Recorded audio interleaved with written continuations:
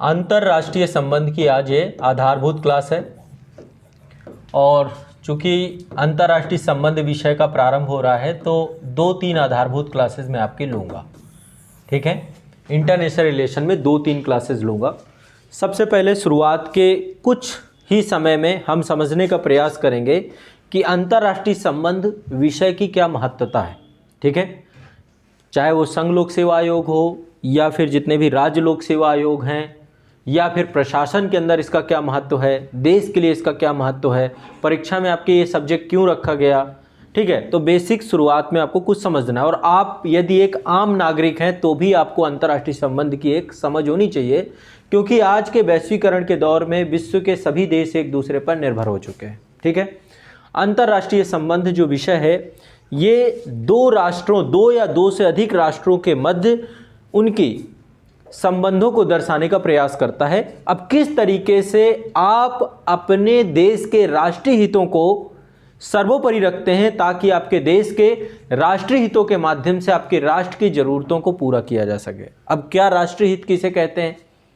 ठीक है, आप लोग बताएं राष्ट्रीय हित क्या होते हैं, राष्ट्रीय हित को कैसे हम परिभाषित करें, बताएं भाई। ऑनलाइन में जितने भी लोग हैं, राष्ट्रीय हित क्या है? आप लोग देखते हैं ना, इंटरनेशनल रिलेशन में एक चीज़ दिमाग में बैठाना है। शुरुआत में आपको चूंकि आरंभ हो रहा है तो मैं आपको एक मूल मंत्र दे रहा हूँ। इंटरनेशनल रिलेशन में आपको एक दिमाग में बैठा के रखना है कि चूंकि इंटरनेशनल रिलेशन है, कई राष्ट्रों के साथ हमारे संबंधों को हमें स्थापित करना है, तो एक चीज़ दिमाग में बैठा के रखिए कि ना तो कोई अंतर्राष्ट्रीय संबंध में स्थायी मित्र होता है, ना तो कोई अंतर्राष्ट्रीय संबंध में स्थायी शत्रु होता है। आपको लगता है कि पाकिस्तान से हमारे संबंध खराब हो गए हैं, तो क्या स्थायी शत्रुता है? हाँ, क्यूबा और अमेरिका के बीच में एक लंबा शीत युद्ध के दौरान संघर्ष चला। अफगानिस्तान का ही अलकायदा ग्रुप से जुड़ा हुआ एक है ना, उसने जो है जाकर के 9/11 कर दिया। लेकिन क्या अफगानिस्तान के साथ एक स्थायी शत्रुता बना ली अमेरिका ने? क्या ईरान के साथ एक स्थायी शत्रुता है? तो अंतर्राष्ट्रीय संबंध में ना तो स्थायी मित्रता होती, ना तो स्थायी शत्रुता होती, सिर्फ स्थायी कुछ होता है। तो क्या होता है? राष्ट्रीय हित होते हैं, आपके इंटरेस्ट होते हैं। तो अब राष्ट्रीय हित क्या है, राष्ट्रीय हित को किस तरीके से देखेंगे, आप लोग एक बार डिस्कस करिएगा। थोड़ा सा आप लोगों को कोशिश करना है कि आप लोग बताएं, इस चीज को बताएं, राष्ट्रीय हित क्या है? राष्ट्रीय हित अपनी संप्रभुता को ध्यान में रखते हुए नीतियों का। राष्ट्रीय हित में एक शब्द निकल के आता है, नेशनल इंटरेस्ट पे एक शब्द निकल के आता है, संप्रभुता। ठीक है, एक शब्द और इन्होंने लिया, नीति। हाँ, और क्या है और बताएं? भौगोलिक अखंडता। क्या संप्रभुता से जुड़ाव रखती है? भौगोलिक अखंडता। ठीक है, अब चूंकि भौगोलिक अखंडता है, कई सारे शब्द आपने और सुने होंगे जब आप अंतर्राष्ट्रीय संबंध को पढ़ेंगे, तो यहाँ पे 2-3 शब्द आते हैं। एक शब्द आता है भू राजनीति, एक शब्द आता है भू सामरिक, ये सारे शब्द आप लोगों ने सुने होंगे। एक शब्द और एक नया बना है, चूंकि अब इस समय वैश्वीकरण का दौर है, अर्थव्यवस्थाएं एक दूसरे से जुड़ गई, तो एक शब्द आता है भू अर्थ, जियो इकोनॉमिक्स। तो जियो पॉलिटिक्स क्या है, जियो स्टैटिक्स क्या है, जियो अर्थ क्या है, जियो इकोनॉमिक्स क्या है, तो भू अर्थ क्या है। तो ये किस तरीके की भूमंडलीकरण शब्द भी एक आता है आपका। तो कई सारे शब्द आते हैं आपके। चलो ये बात की बातें हैं, कई चीज़ें आपको पता होंगी, पर राष्ट्रीय हित जब तक आप नहीं समझोगे तब तक आप अंतर्राष्ट्रीय संबंधों को नहीं समझ पाओगे। क्योंकि अंतर्राष्ट्रीय संबंधों में दो राष्ट्रों के मध्य यदि कोई भी बात हो रही होती है, कोई भी चर्चा हो रही होती है, तो उसमें उनके इंटरेस्ट होते हैं, राष्ट्रीय इंटरेस्ट, नेशनल इंटरेस्ट होते हैं, राष्ट्रीय हित होते हैं, जो कि उनके अंतर्राष्ट्रीय संबंधों को बनाने का प्रयास करते हैं। ठीक है, अब इसको आसान भाषा में समझिए। राष्ट्रीय हित को आसान भाषा में हम समझें तो हम ये पाएंगे कि ऐसी नीतियां जो देश की संप्रभुता को बना करके रखें, जो देश की भौगोलिक एकता और अखंडता को बना करके रखें। ऐसी नीतियां जिससे देश की सुरक्षा बनी रहे, राष्ट्र के अंदर एकता और शांति का वातावरण बना रहे। हम एक ऐसी सैन्य सामग्री अर्जित करें जिससे हमारा देश सुरक्षित रहे। अभी कई रूपों में इसको हम प्राप्त कर सकते हैं, जैसे इकोनॉमिक डेवलपमेंट। क्या राष्ट्रीय हित के अंतर्गत आएगा कि नहीं आएगा? हम चाहेंगे कि हमारे देश का आर्थिक विकास इतना हो जिससे हमारे देश की संप्रभुता अक्षुण्ण रहे, है ना।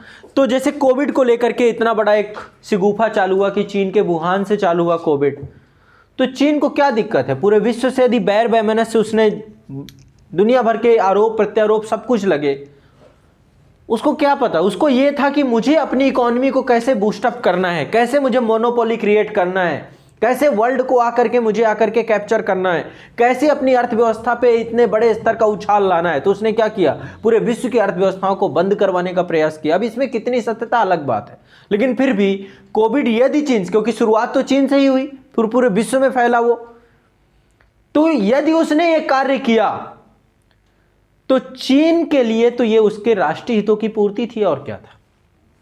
उसे थोड़ा ना मतलब था, उसे तो यह था कि मुझे सुपर पावर बनना है। मैंने ऐसी परिस्थितियां अर्जित कर ली हैं अभी कि अब मुझे विश्व में सबसे ऊपर आके खड़े होना है। उसके लिए जरूरी है कि जितनी भी मार्केट है, जितनी भी पावर्स हैं, उनके साथ में समझने का। तो राष्ट्रीय हित एक ऐसे हित होते हैं जो देश की संप्रभुता को सर्वोपरि रखते हैं, देश की भौगोलिक सुरक्षा को सर्वोपरि रखते हैं, देश की एकता और अखंडता को सर्वोपरि रखते हैं, और देश की सुरक्षा के लिए जो भी आप अर्जित कर सकें, जिस तरीके से अर्जित कर सकें। देखो, अंतरराष्ट्रीय संबंध का व्यवहारिक रूप ही कूटनीति होती है। कूटनीति क्या है? अंतरराष्ट्रीय संबंध, दो राष्ट्रों के मध्य जो संबंध स्थापित हो रहे हैं उनका जो व्यवहारिक पक्ष है वो कूटनीति है। कूटनीति के माध्यम से ही हम ये तय करते हैं कि किसी देश के साथ हमें कैसे संबंधों को स्थापित करना है, कैसे हमारे इंटरेस्ट पूरे होंगे। ठीक है, तो यहाँ पे सबसे पहले एक शब्द है राष्ट्रीय हित के अंतर्गत, यहाँ पे एक शब्द है राष्ट्र। राष्ट्र से आप क्या समझते हैं? राष्ट्र क्या है बताइए? नेशन क्या है? Nation state. एक शब्द निकल के आया, वेस्टफेलिया की संधि हुई थी और वहीं से एक शब्द निकल के आया जिसका नाम है राष्ट्र राज्य, नेशन स्टेट की संकल्पना, है ना। स्विट्जरलैंड और नीदरलैंड ये राज्यों का निर्माण हुआ था। हमें यूरोप में 30 साल की अवधि तक 1618 से लेकर के 1618 से लेकर के 1648 तक लगातार पूरा यूरोप युद्धरत था, संघर्षरत था, है ना। और उसके बाद 1648 में एक संधि होती है जिसका नाम रहता है वेस्टफेलिया की संधि, 1948 में हुई।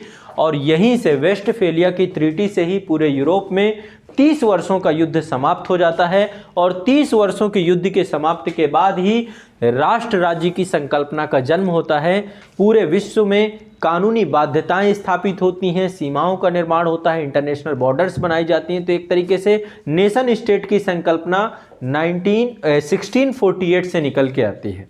अब देखो, राष्ट्र शब्द को यदि आसान भाषा में परिभाषित करें कि राष्ट्र क्या होता है, कोई देश क्या है, नेशन क्या है। जैसे कल क्या है हमारा, एक राष्ट्रीय पर्व है 26 जनवरी, है ना, 15 अगस्त, 2 अक्टूबर, या बहुत सारे हमारे सांस्कृतिक त्यौहार होते हैं। हर एक धर्म के अपने अपने सांस्कृतिक और धार्मिक त्यौहार हैं, लेकिन 26 जनवरी और 15 अगस्त को हमने राष्ट्रीय पर्व के तौर पे घोषित किया है।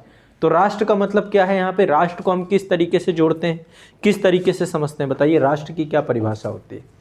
किसी देश के नागरिकों के बीच एक भावात्मक एकता। किसी देश के नागरिकों के बीच एक भावात्मक एकता, इन्होंने कहा।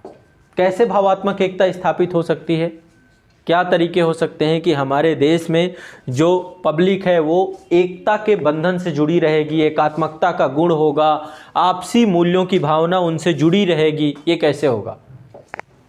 आपको नहीं लगता कि एक इमेजिनरी कम्युनिटी की बात कर रहे हैं हम लोग, एक कल्पित समाज की बात कर रहे हैं जिसमें कुछ इमेजिन किया जा रहा है, जो कल्पना की जा रही है।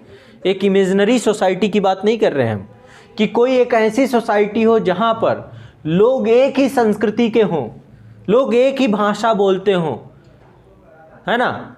एक तरीके से सिंपल सी बात है कि जहाँ पे समाज का इतिहास एक जैसा हो, जहाँ पर समाज की भाषा एक जैसी हो, जहाँ पे समाज का धर्म एक जैसा हो, जहाँ पे सजातीयता हो, जहाँ पे समान प्रथाएं हो, वहाँ के लोग, भाई आप एक भावनात्मक तौर पे अपने परिवार से जुड़े हैं अभी, तो तो परिवार में क्यों जुड़े हुए हैं परिवार से? क्योंकि एक ही भाषा बोलते हैं। ऐसा थोड़ा नहीं कि आपके पिताजी फ्रेंच बोलते हैं, आपकी माता इंग्लिश बोलती हैं, आप जो है संस्कृत बोलते हैं, सब एक भाषा वाले लोग हैं कि नहीं है? ऐसा तो नहीं आपके पिताजी ईसाई धर्म के हों, माता हिंदू मानती हों, आप मुस्लिम मानते हो, ऐसे तो नहीं है।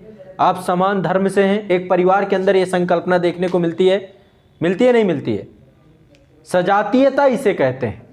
समान धर्म है, समान भाषा है, समान खान पान भी हो सकता है, खान पान में थोड़ा बहुत अंतर हो सकता है, लेकिन वो भी काफ़ी हद तक समान ही होता है परिवार में।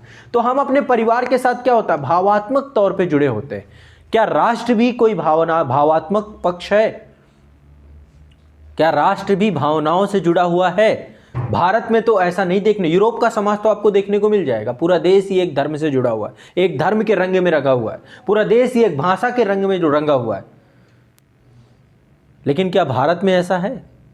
यहाँ तो भाषाएं ही हर हजारों की संख्या, हजारों भाषाएं, संविधान में ही 22 भाषा शेड्यूल्ड है। कितनी भाषाएं शेड्यूल की जानी बची हुई हैं और शेड्यूल होंगी। तो यहाँ हजारों की संख्या में भाषा बोलने वाले लोग हैं। संस्कृति सबकी अलग अलग है, सबकी अलग अलग कल्चर है, सभी का अपना अलग अलग धर्म है। तो फिर राष्ट्र शब्द यहाँ कहाँ रहा? क्या ऐसी कोई इमेजिनरी सोसाइटी कम्युनिटी भारत में है?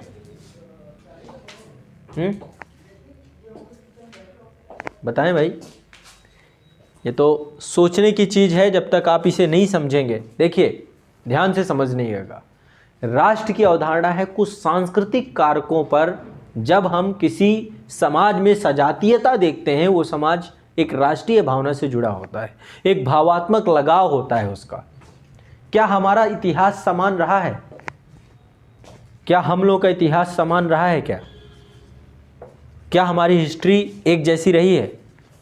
यदि दक्षिण भारत के लोगों को देखें, उत्तर भारत के लोगों को देखें, तो क्या इतिहास एक जैसा रहा है उनका? था कि नहीं था? चलो मैं ज़्यादा दूर नहीं जाता, आपके गांव को केवल उठा के देखें, केवल आपके गांव में क्या इतिहास एक जैसा रहा है? बिल्कुल रहा होगा। ऐसा थोड़ा ना रहा होगा कि गांव का लोग, गांव में आप भी हैं। एक छोटे समुदाय में देखें तो आप पाएंगे भारत एक छोटे समुदायों के तौर पे कई छोटे छोटे समुदायों में बांट दीजिए। बांट ही दिया हमने 5 भागों में, उत्तर भारत, दक्षिण भारत, पूर्व भारत, पश्चिम भारत, मध्य भारत, ऐसे करके बांट दिया। तो यदि आप उस रूप में देखें तो आप पाएंगे कि सब जगह पे एक भौगोलिक विविधता भी बहुत ज़्यादा है, अलग अलग है। कहीं पे पठारी जीवन है, कहीं पे पर्वतीय जीवन है, कहीं पे मैदानी जीवन है, कहीं पे समुद्री जलवायु है। हर तरीके से अलग अलग जलवायु है। कहीं पे गर्मी ज़्यादा पड़ती है, कहीं सर्दी, कहीं पे रेगिस्तानी रेतीली जलवायु है ना। जटिलताएं भी अलग अलग हैं, है ना। उड़ीसा के लोग हैं, चक्रवात से ही आए दिन परेशान रहते हैं। बिहार के लोग हैं, बाढ़ से ही परेशान रहते हैं, नदियां ही नदियां। उत्तर प्रदेश के लोग हैं, बाढ़ से ही परेशान रहते हैं। कहीं भूकंप, हिमालय में आने वाली त्रासदियां अलग अलग हैं। तो एक ही रूप में इस देश को बांध पाना, क्या राष्ट्र की यदि आप देखें कि एक इमेजिनरी कम्युनिटी भारत में देखने को नहीं मिलती है। भारत में वो इमेजिनरी कम्युनिटी नहीं, आप हमारे संविधान में भी देखेंगे। इसीलिए भारत में आर्टिकल 371 बहुत सारे ऐसे पक्ष जुड़े हैं जो देश को एकता के सूत्र में बांधने का प्रयास करते हैं आज़ादी के बाद। तो कहने का मतलब ये है कि हमारे देश में ना तो समान इतिहास है, ना तो समान भाषा है, ना तो समान धर्म है। धर्म ही धर्म है, कितने धर्म है, सब लोग अपना अपना। यहाँ तो आए दिन एक धर्म पैदा हो जाता है, ठीक है। बाहर से आए हुए लोग बहुत सारे हैं। ना तो समान सजातीयता है, ना तो समान प्रथाएं हैं। आप 2 शादियां देख लीजिए, एक गांव में अलग, दूसरे गांव में अलग, अलग अलग प्रथाएं आपको देखने को मिलेंगी, कस्टम्स अलग अलग देखने को मिलेंगे। और कोई भी अपने कस्टम के साथ कंप्रोमाइज़ नहीं करना चाहता। तभी तो आप देखते हैं इंटरकास्ट मैरिज का कॉन्सेप्ट बहुत कम है इंडिया में। क्यों? क्योंकि इंटरकास्ट मैरिज की सबसे बड़ी दुविधा यह है कि कस्टम्स अलग हो जाते हैं, आपकी प्रथाएं अलग हो जाते हैं, आपके रीति रिवाज अलग हो जाते हैं, जिनसे आप कोई भी किसी भी तरीके से क्या नहीं करना चाहते, कंप्रोमाइज़। आप अपने कल्चर को नहीं त्यागना चाहते, ठीक है। तो जब इस तरीके की चीज़ें होंगी तो ऐसे में समाज कैसा होगा, संयुक्त रूप से बना पाना बड़ा कठिन होता है। लेकिन भारतीय समाज ऐसा नहीं रहा। भारतीय समाज में विविधता भी रही, लेकिन कुछ ऐसे मानक और कुछ ऐसे पैमाने हैं जिससे पूरा भारतीय समाज एक जैसा हो। जैसे भौगोलिक तौर पे आप देखेंगे, आपकी अवस्थिति ऐसे है कि आपको कोई अलग नहीं कर सकता है। भौगोलिक तौर पे भारत पहले कई बार विखंडित हुआ, लेकिन फिर वापस से आकर के मिलता चला गया। आपको क्या लगता है 70 साल पहले यदि भारत का विभाजन हुआ है तो भविष्य में कभी ये भारत एक साथ नहीं हो सकता? जरूर हो सकता है, पता नहीं कब कौन सी परिस्थिति। कई बार पहले तो कई बार अलग हो चुका है, फिर एक हो जाता था, फिर अलग होता था, फिर एक हो जाता था, फिर अलग होता था, फिर एक हो जाता था। तो ये तो इतिहास की कहानी है। 70 साल कोई बहुत बड़ी अवधि थोड़ी ना होती इतिहास में। जो विभाजन करके अंग्रेज गए, हो सकता है फिर एकजुट हो जाए। समझ रहे ना? तो देश हमारा एकता के सूत्र में कई पैमानों में बंधा हुआ है। आज संविधान ने हमें एकता के सूत्र में बांध दिया है। अब अंतर्राष्ट्रीय संबंधों में ये बहुत जरूरी होता है, क्योंकि यहीं से आपके राष्ट्रीय हित निकल के आएंगे। आपके देश के पास चुनौतियां भी बहुत ज्यादा हैं, क्योंकि आपको अपने देश के सभी नागरिकों के हितों की पूर्ति करनी है। तो आप वैसी ही नीतियों को क्रिएट करेंगे, वैसी ही नीतियों को बनाएंगे। साथ ही आपका देश कितने सारे देशों के साथ सीमा साझा कर रहा है। आपका विस्तारित पड़ोस जो है, वहाँ पे अस्थिरता का वातावरण बना हुआ है। विश्व की जो वर्ल्ड पावर्स हैं वो भी टकटकी लगा के आपके बाजार के ऊपर बैठी हुई हैं, वो भी आपको अस्थिर बनाने का प्रयास कर रही हैं, क्योंकि वो अपने राष्ट्रीय हितों की पूर्ति कर रही हैं। आप खुद समझिए, कोई भी देश किसी भी देश की कोई मदद नहीं करता, सिर्फ अपने राष्ट्रीय हितों की पूर्ति करता है। यदि अमेरिका ने हमें कुछ पैसा भेज दिया, अमेरिका भी पाकिस्तान को पैसा देता है, आपको क्या लगता है वो पाकिस्तान की मदद कर रहा है? वो अपने राष्ट्रीय हितों की पूर्ति कर रहा है। जिस दिन उसके राष्ट्रीय हितों की पूर्ति हो जाएगी, उसी दिन उसको छोड़ देगा। तो सिर्फ और सिर्फ एक बात आपको समझनी है राष्ट्रीय हितों पे, कि राष्ट्रीय हित ही सब कुछ है। अंतर्राष्ट्रीय संबंध का जो मूल तोड़ है, कूटनीति का मूल तोड़ है, सिर्फ आपके नेशनल इंटरेस्ट है। क्रिएट दिमाग में बैठा लेना होलिस्टिक अप्रोच में। एक यूनिट है आपका राष्ट्र, आपका देश, जो एक दूसरे से बंधा हुआ। इस देश की उत्थान में, इस देश को प्रगति में आप कुछ भी कर सकते हैं। इसीलिए कहते हैं युद्ध और प्यार में सब जायज होता है। देश जहां पर आके खड़ा हो जाएगा, सब जायज है इसमें। फिर आप कुछ भी करिए, सब सही है। नैतिकता के सभी पैमानों पे खड़ा होता है। क्यों? ये परमानेंट चीज है। ना तो हमारा कोई आज शत्रु है, ना तो हमारा कोई मित्र है। सिर्फ यदि कोई मित्र है तो हमारे देश के इंटरेस्ट। वैसे ही आपको भी, आप इस कूटनीति से सीख सकते हैं कि आप अपने लिए सबसे इंपॉर्टेंट व्यक्ति होने चाहिए। आप भी तो कूटनीति करते हैं ना, तो कूटनीति में कई बार आप अपना ही नुकसान कर बैठते हैं। ऐसे ही भारत भी कई बार, जैसे कोविड में हमने क्या किया, सबको दवाएं दे दी, दूसरी वेव आ गई। अभी तीसरी वेव इतनी ज़्यादा घातक क्यों नहीं हो रही है? जबकि बहुत सारे लोग कह रहे हैं कि पीक चल रहा है इस समय, है ना? कई जगह पे, कई स्टेट में पीक अब खत्म होने की तरफ है, कि पीक खत्म हो गया। अब पता नहीं, चाहे जो भी हो, डेटा मैनिपुलेशन तो चलता ही है। लेकिन आप एक चीज समझिए कि कई बार आप दूसरे देशों के साथ बनाने के लिए, जैसे अभी श्रीलंका के साथ आप देख रहे हैं, श्रीलंका की स्थिति क्या है? बैलेंस ऑफ पेमेंट की समस्या हो चुकी है। IMF से बेल ऑफ पैकेज को लेकर के बातें चल रही हैं। अब भारत को चाहिए कि वो श्रीलंका की मदद करे, क्योंकि उसका पड़ोस है। वो पड़ोस आपका स्थिर नहीं होना चाहिए। और एक बात और समझिएगा, हमेशा हम अपना पड़ोस जो होता है ना, आपका जो पड़ोस है, पड़ोसी हम कभी नहीं चुनते हैं। मित्र चुनते हैं पर पड़ोसी नहीं चुनते। पड़ोसी मिलता है, मित्र आप चुनते हैं कि आपको किससे मित्रता रखनी है। यहां से बैठकर मंगोलिया से मित्रता रखनी है कि नहीं रखनी है, आपकी मर्जी है। नहीं भी रखेंगे तो कोई फर्क नहीं पड़ेगा। लेकिन आपके पड़ोसी शांत होने चाहिए। यदि आपका पड़ोसी कोई दुष्ट निकल गया, पड़ोसी में कोई भी आपके खिलाफ आके खड़ा हो गया, तो आपको हो सकता है आपके घर में ही सेंध करा दे। सेंध समझते हैं ना? समझ रहे हैं ना? सेंध समझते कि नहीं समझते? चोरी डकैती होता है ना घर में, सेंध कराने का मतलब होता है कि घर का, जैसे मान लीजिए कोई आपकी दीवार पड़ोसी की दीवार से लगती है, तो करना कुछ नहीं, पड़ोसी को दिवाली तो काटनी है, काट के किसी को अंदर डाल पहुंचा दे आप, किसको सेंध करना कहते हैं। तो कोई भी सेंधमारी कर सकता है। इसलिए भारत की पहली प्राथमिकता क्या होनी चाहिए? अपने पड़ोस को अपने कॉन्फिडेंस में रखना, अपने विश्वास में रखना, अपने साथ लेकर के उसे चलना। ठीक है? तो अंतरराष्ट्रीय संबंध में सबसे महत्वपूर्ण चीज है कि आप कैसे संबंध बनाएंगे। ऐसे संबंध बनाएंगे जो संबंध आपके राष्ट्रीय हितों को सर्वोपरि रखें। ठीक? तो पहला रूल तो आप ये सीख लीजिए आज पहली क्लास में। क्या होने चाहिए अंतरराष्ट्रीय संबंध में? हम कहीं पर भी कोई भी डिस्कशन करेंगे तो पहले हम अपने राष्ट्रीय हितों को देखेंगे। ठीक है? अपनी पॉलिसियों को देखेंगे, अपने इंटरेस्ट को देखेंगे, सबको सर्वोपरि रखेंगे। जैसे कि पंचशील समझौता हुआ, किसके किसके बीच हुआ? भारत और चीन के बीच में। किसने किया? पंडित नेहरू ने किया। उस समय तत्कालीन प्रधानमंत्री थे। क्योंकि नेहरू की विदेश नीति आदर्शात्मक विदेश नीति, नैतिक परक आदर्श विदेश नीति थी। लेकिन चीनी ने क्या किया? चीन ने उसका उल्लंघन कर दिया। पंचशील समझौते का। अभी भी देखें तो अभी हाल फिलहाल में फिर से उल्लंघन ही है, क्योंकि 9 पंचशील की बात उसने की, फिर उसको भी उसने तोड़ दिया, 9 पंचशील को भी, है ना। 1962 में जो युद्ध हुआ उसमें चीन ने क्या किया, अपने राष्ट्रीय हितों को सर्वोपरि रखा। जब दलाई लामा भारत पहुंचे और उसके बाद से उसको लगा कि भारत कहीं ना कहीं पे एक प्रतिस्पर्धात्मक तौर पर उसके सामने आके खड़ा हो रहा है, तो उसने कहा कि सबक सिखाना ही होगा। तो अंतर्राष्ट्रीय संबंध में अपने नेशनल इंटरेस्ट को हम सबसे पहले रखेंगे, यही है सब कुछ। अब इसके लिए हमें सब कुछ करना पड़ सकता है, साम दाम दंड भेद, सारे देश यही कर रहे हैं। विश्व में किसी देश में कोई चुनाव हो रहा है तो वहाँ पे कौन जीतना चाहिए, इस तक को भी मैनिपुलेट करते हैं। किसको फंडिंग करनी है, किसको फंडिंग नहीं करनी। अमेरिका में जब चुनाव होते हैं, रसिया पूरी जोर लगा देता है कि ऐसा कोई व्यक्ति ना आ जाए जो मेरे खिलाफ, मेरी विदेश नीति के खिलाफ हो जाए। कई बार सफल हो पाते हैं, कई बार असफल नहीं हो पाते। ये हिडन रूप से ये भी है। भारत भी अपने क्या पड़ोस में हस्तक्षेप नहीं करता होगा, या भारत के जो पड़ोसी हैं वो भी हस्तक्षेप नहीं करते होंगे कि जब चुनाव होंगे तो कैसे। तो हर देश एक दूसरे के साथ ये, ठीक है, हिडन तौर पे ये घोषित नीतियां नहीं होती हैं, क्योंकि सब चाहते हैं कि दबदबा हमारा ही रहे, हमारी ही सुनी जाए, ठीक है। तो अंतर्राष्ट्रीय संबंध का मतलब ये है कि 2 या 2 से अधिक राष्ट्रों के मध्य बनने वाले ऐसे संबंध जो उन देश के राष्ट्रीय हितों को सर्वोपरि लगें। दोनों को लगने चाहिए। ऐसा नहीं होगा कि एक देश के राष्ट्रीय हित खत्म कर रहे हैं, हम अपने ही पूरी कर रहे हैं, ये तो शोषण हो गया। जैसे चीन कर रहा है अफ्रीका में, वहां पे शोषण कर रहा है। भारत क्या कर रहा है, उनके राष्ट्रीय हितों को भी। और तो ये अलग अलग नीतियां होती है। जैसे ही ब्रिटेन भारत में आया, कब आया, 1947 से पहले, तो भारत का शोषण ही कर रहा था।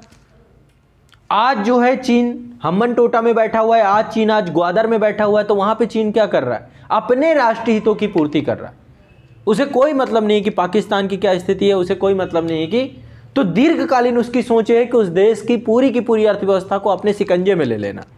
जबकि भारत जब किसी देश में जाता है तो वहां पे उसकी सोच रहती है कि उस देश का आर्थिक उत्थान कैसे हो, कैसे वहां पे लोकतांत्रिकरण हो, कैसे वहां पे जनता इंपावरमेंट हो, कैसे उसका इकोनॉमिक डेवलपमेंट हो। तो हर एक देश की अपनी अपनी विदेश नीति की क्या होती हैं, विशेषताएं होती है। जब हम इंडियन डिप्लोमेसी को समझेंगे तो उसमें पाएंगे कि हमारे देश की डिप्लोमेसी में हम किन तत्वों को प्रमुखता देते हैं, हम क्या पूरे विश्व के लिए सोचते हैं, और यही हमारे राष्ट्रीय हित है। जब हम अपने देश की विदेश नीति की प्रायोरिटीज को समझेंगे तभी हम अपने देश के राष्ट्रीय हितों को समझ पाएंगे, ठीक है। तो अंतर्राष्ट्रीय संबंधों से तात्पर्य क्या है, ऐसे राजनीतिक, आर्थिक, सामाजिक, सांस्कृतिक, सामरिक संबंध स्थापित किए जाएं जिससे हमारे देश के राष्ट्रीय हितों की पूर्ति हो सके। एक लाइन में लिख लो, ये लिखिए, हेडिंग आपने डाला अंतर्राष्ट्रीय संबंध, इंटरनेशनल रिलेशन, तो एक लाइन में डालिए अंतर्राष्ट्रीय संबंध से तात्पर्य, अंतर्राष्ट्रीय संबंध से तात्पर्य, अंतर्राष्ट्रीय संबंध से तात्पर्य 2 या 2 से अधिक राष्ट्रों के मध्य, 2 या 2 से अधिक राष्ट्रों के मध्य, 2 या 2 से अधिक राष्ट्रों के मध्य संबंधों का ऐसा स्वरूप स्थापित किया जाए, संबंधों का ऐसा स्वरूप स्थापित किया जाए जिसमें राजनीतिक, आर्थिक, जिसमें राजनीतिक, आर्थिक, सामरिक, जिसमें राजनीतिक, आर्थिक, सांस्कृतिक, सामरिक। अब यहां पे एक शब्द आता है सामरिक। सामरिक क्या है बताइए, सामरिक शब्द का मतलब क्या है? एक टर्म इसी से जुड़ता है, भू सामरिक। क्या होता है सामरिक? बहुत आसान है। सामरिक का मतलब है, जब हम देखें, सामरिक का मतलब है युद्ध से जुड़ी हुई चीज। समर, समर मतलब क्या होता है? युद्ध, है ना। जब हम भू सामरिक की बात कहते हैं तो भू सामरिक के मतलब ऐसा भूभाग, जैसे मान लीजिए भारत जो है जाके बैठ जाए चाबहार पोर्ट पे, ईरान पे, यानी उसने क्या किया, अपनी प्रेजेंस स्थापित कर दी वहां पे। जैसे डियागो यहां पर हमारा जो बांग्लादेश वाला क्षेत्र है, यहां पे आकर के चीन बैठ जाए, या फिर डोकलाम में आपने देखा था, डोकलाम में भूटान के पास वो जो ट्रायंगल शेप है, वहां पे आकर के चीन ने वहां पे डेवलपमेंट कर लिया है, वहां तक पहुंच गया है। या फिर सियाचिन ग्लेशियर का नाम आपने सुना होगा। सियाचिन ग्लेशियर बहुत हाइट में है, बर्फीली चोटियां हैं, लेकिन आज उसके लिए हमने कई युद्ध लड़े, और आज भी हमारी सेनाएं वहां पे हैं। तो वो जगह हमारे लिए क्यों है? सियाचिन पर कहां पड़ता है पता है? सियाचिन ग्लेशियर पीओके में है, पाक अधिकृत कश्मीर जहां पे गिलगित बाल्टिस्तान लद्दाख वाला क्षेत्र। जब आप जाएंगे खारदुंगला दर्रे से, लेह से खारदुंगला दर्रे से होते हुए नुब्रा नदी पड़ती है, नुब्रा नदी घाटी के पार जो है सियाचिन ग्लेशियर है। -57 डिग्री सेंटीग्रेड पे टेम्परेचर रहता है, बिल्कुल कड़कड़ा देने वाली, सुखा देने वाली, जमा देने वाली सूखी ठंडी। उसको, उस स्थान को हम अभी भी कैप्चर किए, हमारे देश के सैनिक वहां पर हैं। कभी देखिए उन सैनिकों को कैसे अपना जीवन वहां पे जी रहे हैं, बर्फीली चादरों को ओढ़ के सोते हैं वो, है ना। तो सियाचिन ग्लेशियर आज इतना इंपॉर्टेंट क्यों? क्योंकि वो भूस्वामिक स्थल है, ऐसा भूभाग जो देश की सुरक्षा के लिए बहुत महत्वपूर्ण हो। आपको लगता होगा कि अरे ये सब क्या है, ये द्वीप है, लक्षद्वीप है, ये अंडमान निकोबार द्वीप समूह है। अंडमान निकोबार द्वीप समूह हमारे लिए क्यों है? क्योंकि भूस्वामिक स्थल है। हम बंगाल की खाड़ी में इंडोनेशिया के करीब बैठे हुए हैं, आसियान कंट्री के करीब बैठे हुए हैं। कोई उधर से आएगा तो हम उस क्षेत्र को उसको अपने देश को प्रोटेक्ट कर पाएंगे। अरब सागर में एक छोटा सा द्वीप हमारे लिए क्या है? इंपॉर्टेंट है। अभी एक द्वीप है न्यू मूर द्वीप, बड़ा विवाद चल रहा है भारत बांग्लादेश के बीच में, क्योंकि वो 1971 के बाद होता क्या है, गंगा नदी जो है मलबा लेकर के बहुत सारा बंगाल की खाड़ी में गिरती है, गंगा सागर बोलते हैं ना, है ना। तो वहाँ पर लगातार जो मलबा है, गंगा मेघना नदी बोलते हैं ना, अंतिम तौर पे मेघना गिरती है बांग्लादेश वाले क्षेत्र से। तो उसके द्वारा जो गाद और जितनी भी मिट्टियाँ जा करके, तो उससे क्या हुआ, द्वीप नुमा आकृति एक बन गई उस क्षेत्र में। तो जब बहुत ज्वार भाटे होते हैं, जब ज्वार आता है तब वो डूब जाता है। जब भाटे की स्थिति होती है, समुद्र का जल स्तर नीचे होता है, वो बाहर निकल आता है। तो 1971 के बाद बाहर निकल आया वो। अब 1971 में बांग्ला, उससे पहले तो बांग्लादेश था नहीं, है ना। उसके बाद बांग्लादेश बना, अब वो बाहर निकल आया। भारत कहता है ये मेरा है, बांग्लादेश कहता है तुम्हारा कैसे है, मेरा है। दोनों के बीच में विवाद का विषय है वो, ठीक है। तो क्यों भारत उसके पीछे पड़ा हुआ है? क्योंकि वो क्या हो गया, भूसामरिक स्थल है। ऐसा भूभाग जिसका देश की सुरक्षा में निर्णायक महत्व हो, उसे भूसामरिक स्थल कहते हैं, ठीक है। तो जितने भी स्थल हैं भारत में जो हमारे देश की, अब सियाचिन को देखिए, बहुत हाइट में उपस्थित, यदि वहां पे हमारी सेना की तो हम ऑब्जर्व कर पाएंगे, ऑब्जर्वेशन। पाकिस्तान कभी भी कोई भी गतिविधि करता है भारत के जम्मू कश्मीर क्षेत्र में, वहां से हम डायरेक्टली उसके साथ, ठीक है। तो कहीं ना कहीं पे वहीं से काराकोरम दर्रा बगल से जाता है, वहीं पर चीन इकोनॉमिक कॉरिडोर है। तो एक दृष्टि बनाए रखने के लिए अपनी उपस्थिति अनिवार्य रखते हैं हम। तो भूसामरिक स्थल ऐसे होते हैं। तो जहां पर भी हमें भारत को एक मिल जाए, कहीं पर भी नज़दीक जाकर के बैठने के लिए, कोल्ड वार में बहुत चला, है ना। सोवियत संघ जाके क्यूबा में बैठ गया, है ना। अमेरिका आके अफगानिस्तान में बैठ गया। तो आपने देखा होगा कि पूरे की पूरी जो लड़ाई थी, वो लड़ाई किस लिए थी? भूसामरिक के लिए ही तो थी।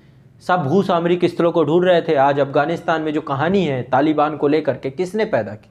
इन्होंने ही पैदा की। तो यही बात है, कहाँ पे थे हम लोग? सांस्कृतिक एवं सामरिक संबंध स्थापित होते हैं, सामरिक संबंध स्थापित होते हैं जो राष्ट्रीय हितों को, जो दोनों देशों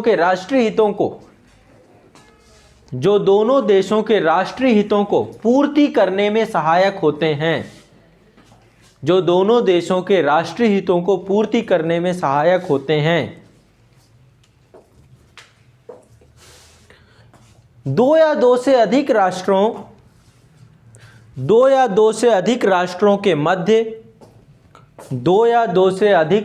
के मध्य संबंधों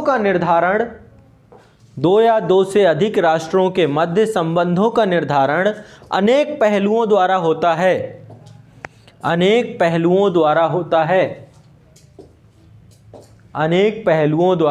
है, जिसके अंतर्गत, अब देखिए, अमेरिका भारत में इंटरेस्ट क्यों लेगा?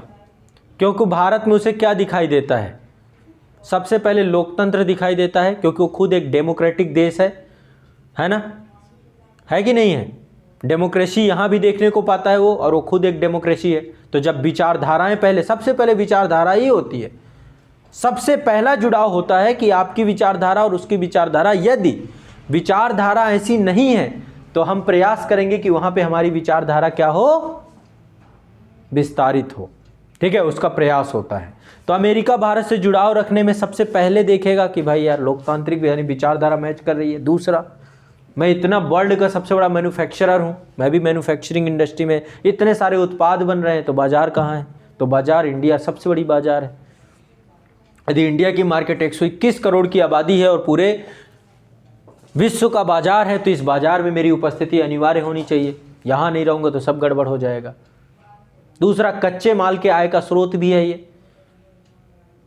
तीसरा, यदि मैंने भारत पे आ गया, भारत से मेरे संबंध अच्छे रहे, जबकि भारत से एक समय संबंध अच्छे नहीं रखे थे। क्यों? पहले भारत नैम का सदस्य रहा। विदेश नीतियों में दूसरा रूल आपको याद रखना है कि विदेश नीति समय के साथ परिवर्तित होती जाएगी, ये स्थिर नहीं होती है।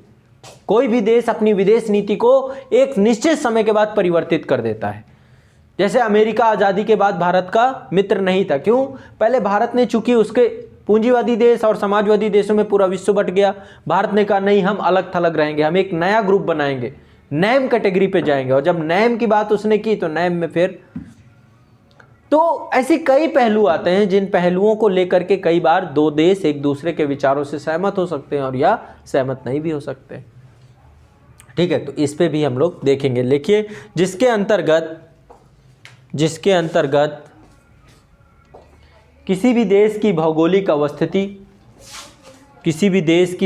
अवस्थिति, यदि भारत से साथ अच्छे संबंध बनाएगा अमेरिका, तो क्या होगा? चीन के साथ, चीन के बगल में बैठे हुए हैं हम लोग, है ना। कभी भी चीन ने यदि अमेरिका के साथ, चूंकि उसको प्रतिस्पर्धी कौन लगेगा, है ना, रसिया के साथ उसके संबंध अच्छे नहीं हैं, ईरान के साथ उसके संबंध अच्छे नहीं हैं, अफगानिस्तान के साथ उसके संबंध अच्छे नहीं हैं, चीन के साथ उसके संबंध अच्छे नहीं हैं। संबंध अच्छे नहीं है तो इसका मतलब ये नहीं कि भविष्य में अच्छे नहीं हो जाएंगे। भविष्य में हो सकता है उनके साथ अच्छे हो जाएं, पर आज नहीं है। हो सकता है पूरब में बहुत अच्छे रहे हों, लेकिन आज नहीं है। तो जब पूरा आपका वेस्ट एशिया, मध्य एशिया, पूर्वी एशिया, तो फिर बचता कौन है? दक्षिण एशिया। दक्षिण एशिया में भारत। तो भारत से अच्छे संबंध बनाएंगे तो पूरा का पूरा एशिया कंट्रोल में आ सकता है। समझ रहे हैं? यदि भारत में कंट्रोल नहीं किया तो फिर रसिया इधर बैठा हुआ, चाइना इधर बैठा हुआ, धीरे धीरे ये अपनी विचारधारा का, अपनी बाजार का, अपनी पहुंच का धीरे धीरे विस्तार करते जा रहे हैं। तो वर्ल्ड पावर क्या करती हैं?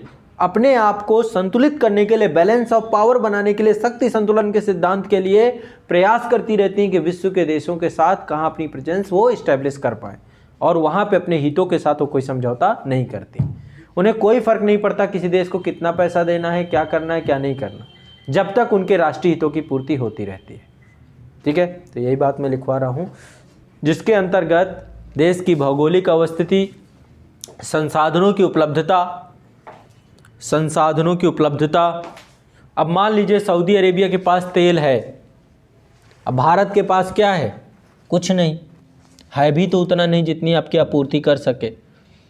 तो या तो आप ऐसा करिए कि कुछ ऐसे ऊर्जा के संसाधन खोज लीजिए जिनसे आपको पेट्रोलियम की आवश्यकता ना पड़े, जो कि अभी बड़ा मुश्किल है, क्योंकि ऐसी तकनीकी, भाई मान लो हम सोलर एनर्जी पे आ जाए तो फिर सारी गाड़ियां सोलर एनर्जी पे, आप बंद करिए पेट्रोल का आयात, लेकिन सारी गाड़ियां क्या सूरज से चलेंगी?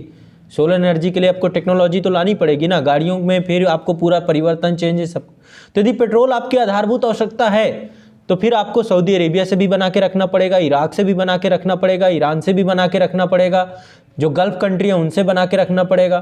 तो जिन जिन देशों में, अब मान लीजिए अचानक से क्या हो जाए, भारत के पास खुद एक पेट्रोलियम का विशाल भंडार मिल जाए, तो हमारे भी भाव बढ़ जाएंगे, है ना। हम क्यों इंटरनेशनली फिर किसी देश के पास जाएंगे या कुछ करेंगे? अब जिसको आना है बंद करो आज से, अब एक्सपोर्ट करेंगे, हम अपने यहाँ रिफाइनरीज बनाएंगे, सारी चीज़ें करेंगे।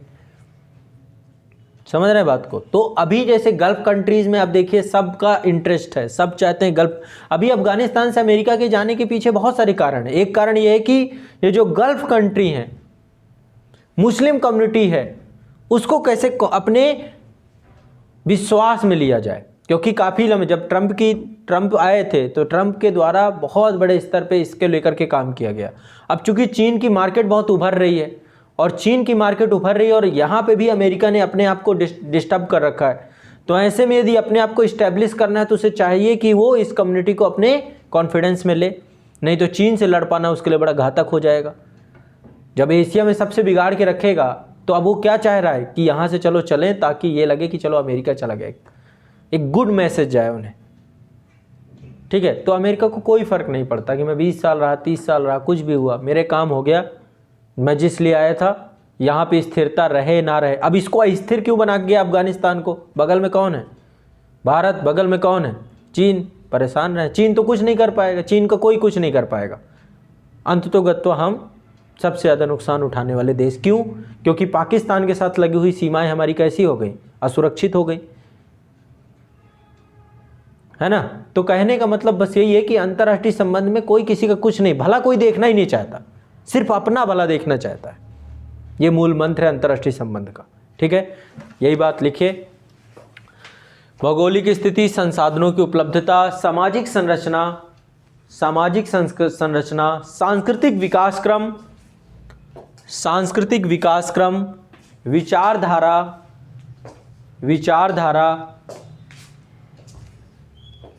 विचारधारा एवं ऐतिहासिक मूल्य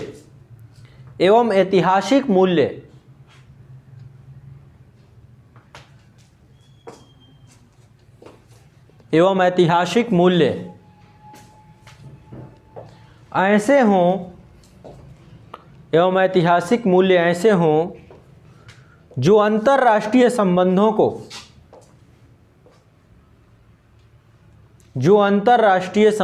को मजबूत करने में नेतृत्व क्षमता प्रदान कर सकें।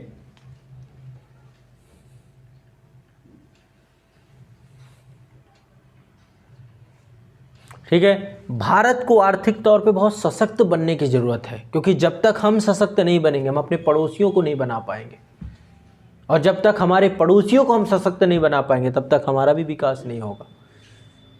इसलिए आपको अपना एम्पावरमेंट करना होता है ताकि आप बाकियों का एम्पावरमेंट कर दें। जब आप बाकियों के एम्पावरमेंट कर देंगे तो आपका एम्पावरमेंट में और गति आ जाएगी। आप देखिए अमेरिका ने अपने पड़ोस को कैसे रखा है, बिल्कुल भाईचारा बना के रखा है। मैक्सिको कहता मैं दीवार बना दूंगा, कोई बात नहीं, बना देना, ये कर देना, कोई वो नहीं, कोई लड़ाई झगड़ा नहीं। एक सिंगल बुलेट कभी चलते हुए देखते हो कि अमेरिका और मैक्सिको के बीच बुलेट चल गई, अमेरिका और कनाडा के बीच बुलेट चल गई? कोई, बिल्कुल मित्रता वाला, जो चाहिए ले लो, बिग ब्रदर पॉलिसी। लेकिन वहीं पे भारत में देख लीजिए, आज इतने जवान खत्म हुए, आज उतने जवान खत्म हुए, आज ये हुआ, आज सीज फायर उल्लंघन हो गया, आज डोकलाम में भिड़ गए, आज जो है गालवान में भिड़ गए, आज यहाँ पे हो गया। आज दिन यही खबरें, आज इतने मछुआरे पकड़ लिए गए, उतने। तो पड़ोस आपका कैसा है? आज यहाँ सैन्य तख्ता पलट हो गया, आज यहाँ ये हो गया। तो ऐसे पड़ोस के साथ आप क्या व्यापार कर पाओगे? कैसे आप संबंध स्थापित कर पाओगे? क्योंकि आप आर्थिक तौर पे खुद सशक्त नहीं हो, और सबको चाहिए कि आर्थिक सशक्तिकरण हमारा हो जाए। अब आर्थिक सशक्तिकरण आपको करना है तो उनका भी भाई सारा का सारा देखो इंटरेस्ट सब मनी से जुड़े हुए हैं। कोई भी कंट्री हो, कोई भी देश हो, सबका इंटरेस्ट एक है, मनी। ठीक है, आधारभूत संरचना का निर्माण आज भूटान में हम कर रहे हैं, तो भूटान हमारा सहयोगी देश बना हुआ है। कल के दिन चीन करने लग जाए तो शायद हो सकता है उसका मूड बदल जाए। माता पिता आपको पैसा दे रहे हैं ना, खाना पीना दे रहे, अभी आपके माता पिता आपको पैसा वैसा देना बंद कर दें, पैसा भेजना बंद, अगले दिन आप विरोधी हो जाओगे, प्रतिद्वंदी हो जाओगे, अपनी हिस्सेदारी बंटवाने लग जाओगे। बेकार है, मेरे माता पिता सही नहीं है, बुराई करने लग जाओगे। तो यदि आप बिग ब्रदर बनना चाहते हैं, बड़ा भाई भी होता है तो उसकी भी जिम्मेदारियां होती हैं। तो यदि आप इस क्षेत्र में अपने आप को, तो आपको जिम्मेदारियों का निर्वहन करना पड़ेगा, तभी तो आप अपने आप को सुपर पावर के तौर पे देखना चाहोगे। ठीक है, तो अंतर्राष्ट्रीय संबंध में ये चीज़ें देखनी बहुत ज़रूरी होती हैं। ठीक है, अब चलिए कुछ चीज़ों को समझते हैं। पहले बेसिक चीज़ें, आपके एग्ज़ाम व्यू पॉइंट से ये कितना इम्पोर्टेंट है IR, इन सब को समझते हैं और इसके बाद हम समझेंगे। ठीक है, आगे के विषय वस्तु को सिर्फ 1-2 क्लास में आपको मैं बेसिक पढ़ाऊँगा, फिर आज से ही हम इंडियन डिप्लोमेसी को थोड़ा बहुत डिस्कस करेंगे। सबसे पहले अंतर्राष्ट्रीय संबंध की महत्ता क्या है, इस सब्जेक्ट की क्यों जरूरी है अंतर्राष्ट्रीय संबंध पढ़ना, इसका इम्पोर्टेंस क्या है। इम्पोर्टेंस आप 2 संदर्भों में देख सकते हैं। सबसे पहला संदर्भ आपका है परीक्षा के संदर्भ में, कि आपके एग्जामिनेशन में कितना रोल अदा करेगा, क्योंकि अल्टीमेट देखो आपके लिए तो अभी यही होना चाहिए। ठीक है, आपको बहुत ज़्यादा इमोशनल होकर के इसको नहीं पढ़ना है, बस आपको समझना है इंटरनेशनली क्या हो रहा है, तो परीक्षा के संदर्भ में समझना है। और जब आप प्रशासन में आएंगे, सिविल सेवक के तौर पे आएंगे, या एक आम नागरिक के तौर पे आएंगे तो भी उस संदर्भ में भी आपको यहाँ पे काम, एक सिविल सेवक के संदर्भ में या एक आम नागरिक के तौर पे भी आपको इन्हें समझना चाहिए। दोनों संदर्भ में इसका महत्व है। यदि परीक्षा के संदर्भ में कहें तो आपका जीएस पेपर 2 है, तो क्या केवल जीएस पेपर 2 में ही आता है ये? क्या आईआर जीएस पेपर 2 में ही है? क्या प्रारंभिक परीक्षा में भी इसका कुछ रोल है क्या? देखो, सबसे ज़्यादा बच्चे बैठते हैं आपके प्रीलिम्स एग्जाम में, ये आपका प्री है, सबसे ज़्यादा भीड़ यहाँ पे है। जैसे ऊपर जाएंगे भीड़ कम मेंस, और जैसे ऊपर जाएंगे इंटरव्यू और भीड़ कम, ठीक है। और ये आपकी फाइनल लिस्ट होती है, जो टॉप में बैठे होते हैं यही बनते हैं अधिकारी। तो वहाँ तक पहुँचने के लिए इन तीनों चरणों में आईआर आपसे पूछा जाएगा। प्रीलिम्स में आईआर के 5 से 8 क्वेश्चन आते हैं 100 में, जो करंट अफेयर्स और कुछ भी हो सकता है। 5 से 8 क्वेश्चन के आसपास आपके प्रीलिम्स में पूछे जाते हैं आउट ऑफ 100 में। ये मैं यूपीएससी की बात कर रहा हूँ, पीसीएस वगैरह में भी क्वेश्चन आते हैं, ऐसा नहीं कि नहीं आते। मेंस की बात करें तो जो अभी मौजूदा पाठ्यक्रम है यूपीएससी का, उसके यूपीएससी और यूपीपीएससी दोनों का जीएस पेपर 2 आपका होता है, जीएस पेपर 2, ठीक है। हर जगह बीपीएससी में भी इसका रोल है, हर जगह आईएएस यूपीपी से जितने भी स्टेट पीसीएस है सब जगह अंतर्राष्ट्रीय संबंध का रोल तो है ही, किसी न किसी रूप में, हर पाठ्यक्रम में। आईएएस में मूल रूप से लिखा हुआ है, यूपी पीसीएस में लिखा हुआ है, ठीक है। तो जीएस पेपर 2 मेंस में कितने क्वेश्चन आते हैं, इससे कितने क्वेश्चन आते हैं? लगभग 5 क्वेश्चन के आसपास मान लीजिए, लगभग मतलब 5 क्वेश्चन मैक्सिमम इतने पूछे ही जाते हैं। ये ट्रेंड हमने देखने को पाए हैं। एक क्वेश्चन 10 नंबर का भी हो सकता है, 12.5 नंबर का भी हो सकता है, ठीक है। एक क्वेश्चन आपका, तो 20 क्वेश्चन में से 20 क्वेश्चन आते हैं एक पेपर में, 5 क्वेश्चन के आसपास हमें अंतर्राष्ट्रीय संबंध के प्रश्नों में देखने को मिलते हैं। इसके बाद तीसरा चरण है आपका इंटरव्यू।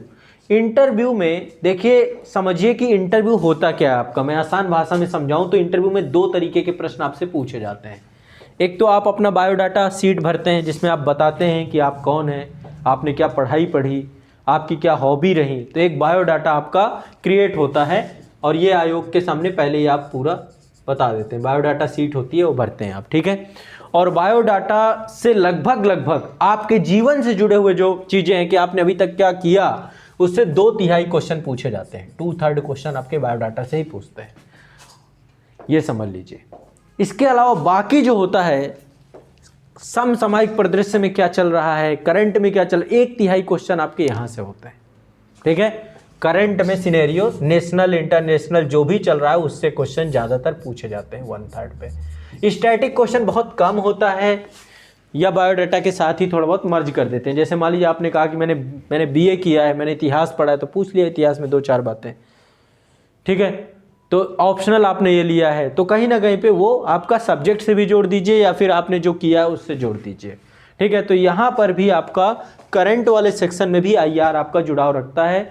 लगभग मान के चलिए एक इंटरव्यू 30 से 35 मिनट तक होता है नॉर्मली, तो उसमें आपसे ये अपेक्षाएं रखी जाती हैं कि आपको जानकारी होनी चाहिए।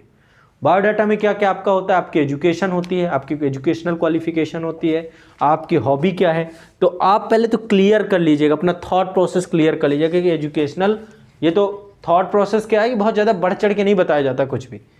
बच्चे झूठ बहुत बोलते हैं ना कि मैं इन्हें ये कर, सब कुछ तो पहली बात तो मार्कशीट में सब क्लियर है। किसी सब्जेक्ट में जिसमें आपको पता है, जो आप जानते हैं, कम से कम एजुकेशनल में इतना आप क्लियर रखिएगा। हॉबी में भी 1, 2, 3 हॉबी अपनी तैयार रखिए, उनके बारे में भी, और वो कम से कम हॉबी होनी चाहिए। हॉबी का मतलब ये है कि जब मैं कुछ नहीं करना चाहता, नियमित दिनचर्या के अतिरिक्त जो मैं करूं, नियमित दिनचर्या के अतिरिक्त जो मुझे समय मिले उस पर जो मैं कार्य करूं, उसे हॉबी कहते हैं। हॉबी का मतलब ये है, जैसे टीचिंग भी एक हॉबी हो सकती है। जैसे मान लीजिए मैं हूँ टीचिंग में हूँ, मैं कल के दिन प्रशासनिक इंटरव्यू देता हूँ, ये पूछें कि भाई आप टीचिंग कर रहे हैं, टीचिंग चूंकि मेरी हॉबी है। हॉबी क्या होता है, 2 चीज़ें हैं, एक है आप अपने जीवन एज अ कैरियर किसको लेके चलना चाहते हैं, एक हॉबी के तौर पे क्या लेके चलना चाहते हैं। क्रिकेट आपकी हॉबी हो सकती है, संगीत सुनना आपकी हॉबी हो सकती है, ना कि ये थोड़ा है कि आप लता मंगेशकर हैं, ये थोड़ा आपसे चाह रहे हैं कि भाई चलो आप म्यूजिक में ही कुछ कर लेते, यहाँ क्यों आगे, बोलो हॉबी है मेरी। हॉबी का मतलब नियमित दिनचर्या से अतिरिक्त जो आप करना चाहें, वो हॉबी होती है। समझ रहे हैं ना। कुकिंग करना तो ये थोड़ा ना आप सेफ बन जाओगे कि आप इसी क्षेत्र में कुछ कर लेते, तो आप उनको स्पष्ट कर सकते हैं कि ये मेरी हॉबी है, जब मैं नियमित दिनचर्या से अतिरिक्त मुझे समय मिलता है तो मैं उसमें करता हूँ कुछ ना कुछ। सोना भी हॉबी हो सकती है, सो लेते हैं, आमतौर पे सोना हॉबी हो गई, और भी बहुत सारी चीज़ें हैं, मूवी देखते हैं, बहुत सारे कार्य करते हैं, ठीक है। और आपसे कई बार जो है आपके स्टेट, जिस स्टेट में आप होते हैं उस स्टेट में भी बायोडाटा से क्वेश्चन पूछे जाते हैं कि आप इस स्टेट से, इसके बारे में आप कितना जानते हैं। कुछ डिसीजन मेकिंग ओरिएंटेड क्वेश्चन पूछे जाते हैं, आपको कुछ परिस्थितियां दी जाएंगी और उन परिस्थितियों से आपसे प्रश्न पूछा जाएगा, ठीक है। तो बायोडाटा में ये सारी चीज़ें होती है। बाकी नॉलेज वाली चीज़ें, करंट में अभी क्या हो रहा है, जैसे अफगानिस्तान को लेकर के इशू हुआ, तालिबान को लेकर, तो करंट में आपको पता होना चाहिए कि क्या चला, क्या हुआ। गालवान वैली में चीन के साथ किस तरीके का कॉन्फ्लिक्ट थे, आपको पता होना चाहिए। कोविड को लेकर के जो वैश्विक परिदृश्य है, WHO की भूमिका हो गई, भारत की भूमिका हो गई, वैश्विक परिदृश्य में जो अन्य इंटरनेशनली बहुत सारे जो स्टेक होल्डर हैं उनकी क्या भूमिका रही, इन सबको आपको देखना चाहिए। तो आपको पता होना चाहिए कहीं ना कहीं पे कॉन्फ्लिक्ट को ऐसा ना रखें कि आप जो है, जब तक आप मतलब थोड़ा सा नज़रें खोल के रखनी है, आपको ये ध्यान रखना है। और जो सब्जेक्ट में आप पढ़ेंगे तो हो सकता है अभी आप पढ़ें 2-3 महीने, IR आपका कंप्लीट हो जाए, लेकिन आपको आगे अपडेट भी इसे करते रहना है। हो सकता है आप 2024 में सेलेक्ट होते हैं, 2025 में सेलेक्ट होते हैं, 2026 में सेलेक्ट होते हैं, तो जब भी आप सेलेक्ट होंगे तो आपको IR के साथ, मतलब आपको अंतर्राष्ट्रीय संबंधों को देखते रहना है, ठीक है। पाठ्यक्रम की बात करता हूं तो पाठ्यक्रम में 5 पॉइंट आपके दिए गए हैं। आपने पाठ्यक्रम सबने देख लिया होगा, देखा कि नहीं देखा, पक्की बात है ना। तो यदि आपने पाठ्यक्रम यहाँ पे है, 5 पॉइंट है, देखो पहला पॉइंट है भारत और उसके पड़ोसी देश, रटा होना चाहिए आपको सिलेबस। भारत और उसका पड़ोसी देश मतलब समझ ही रहे हैं, भारत और उसके पड़ोसी। जब हम सिलेबस में पढ़ेंगे तो हम एक एक पड़ोसी देश को उठाएंगे, ठीक है। कितने पड़ोसी देश हैं भारत के?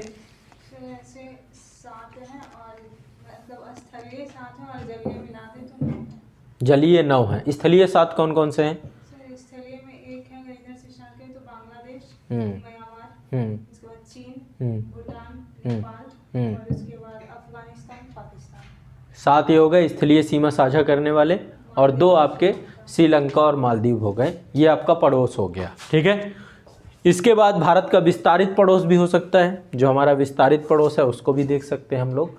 इसके बाद देखिए इंडियन डायस्पोरा है, विश्व में हर जगह पे भारतीय नागरिक रहते हैं, प्रवासी भारतीय नागरिक रहते हैं भारत से दूर। मैंने आपको पढ़ाया है, पॉलिटी में पढ़ाया है ना कि क्या PIO कार्ड क्या होते हैं, OCI कार्ड क्या होते हैं, और इंडियन ओरिजिन के लोग क्या हैं, या फिर हमारी चर्चा भी हुई कि NRI क्या होता है, ये सारी कैटेगरी होती है।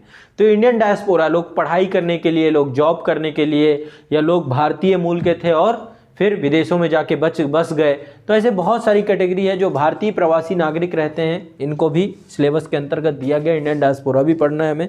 फिर इसके बाद सभी देशों के साथ हमारे द्विपक्षीय संबंध पढ़ना है। द्विपक्षीय के साथ साथ बहुत सारे मल्टीलेटरल भी संबंध होते हैं, समझौते होते हैं, जैसे कि पेरिस समझौता है, मान लीजिए जलवायु परिवर्तन को लेकर पेरिस हो गया, क्योटो हो गया। तो इंटरनेशनली बहुत सारी बाध्यताएं हैं जो कि मल्टीलेटरल हैं, बहुपक्ष हैं, उसमें 2 या 2 से अधिक पक्षों को बहुपक्ष कहते हैं, ठीक है। तो बहुपक्षीय संबंध पढ़ना है, संधियां पढ़ना है हमको, ठीक है। इसके बाद भारत पे उनका क्या प्रभाव पड़ रहा है, जितने भी हम द्विपक्षीय बहुपक्षीय समझौते कर रहे हैं, संधियां कर रहे हैं, उनका भारत में क्या प्रभाव पड़ेगा, इसको हमें समझना है। इसके बाद जितने भी विकसित देश हैं, डेवलपिंग इकोनॉमी है, विश्व में कौन कौन सी है डेवलप्ड इकोनॉमी कौन कौन सी है? डेवलप्ड इकोनॉमी में हम किसको रखते हैं? विकसित अर्थव्यवस्थाएं कौन सी अर्थव्यवस्थाएं होती हैं? 3 तरीके की अर्थव्यवस्थाओं को हम 3 भागों में बांटते हैं। पहली है विकसित अर्थव्यवस्थाएं, दूसरी है विकासशील अर्थव्यवस्थाएं, और तीसरी हैं अल्प विकसित, ठीक है। बताएं, अमेरिका मत बताइए। देखिए एक चीज समझिए हमेशा, जहां पे प्रति व्यक्ति आए साक्षरता, मानव विकास सूचकांक समझते हैं। मानव विकास सूचकांक के 3 निर्धारक तत्व हैं, जिसमें से पहला है पर कैपिटा इनकम, आय कितनी है आपकी, शिक्षा का स्तर कितना है आपका, कितना आपका स्वास्थ्य का स्तर है। इन 3 स्तरों को नाप लीजिए। जो देश आज जो है इन स्तरों की प्राप्ति कर चुके हैं उनको हम डेवलप्ड इकोनॉमी में रखते हैं। इसके लिए संगठन भी बना रखा है इन्होंने, जैसे G7। तो ऐसा थोड़ा ना G7 में जो ग्रुप 7 बनाया गया तो इसमें सारे डेवलप्ड इकोनॉमी है। रसिया को हटा दिया, पहले G8 हुआ करता था, जापान, रसिया, बहुत सारी कंट्री हैं जो इसमें नहीं भी हैं, ठीक है। तो डेवलप्ड और भी हो सकते हैं, जैसे अब एशिया में देखिए जापान डेवलप्ड इकोनॉमी में है, वर्तमान में।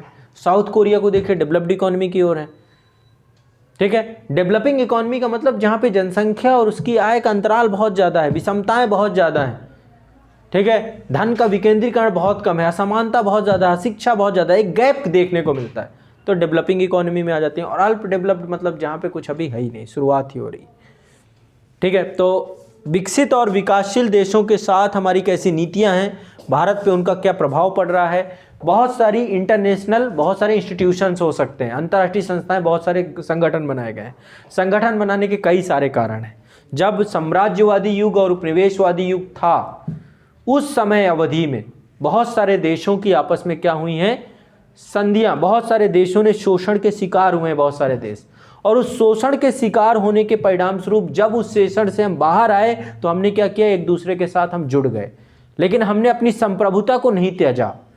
अपनी संप्रभुता को बरकरार रखते हुए विश्व के कई देशों के द्वारा अपना आर्थिक, सांस्कृतिक, राजनीतिक विकास करने के लिए, डेवलपमेंट करने के लिए, स्वतंत्रता बनाए रखने के लिए अपने आप को कई ग्रुपों में हमने बांटा। जैसे आसियान, आसियान क्यों बना था? छोटे छोटे द्वीप थे, छोटे छोटे आइलैंड थे, छोटे छोटे देश थे।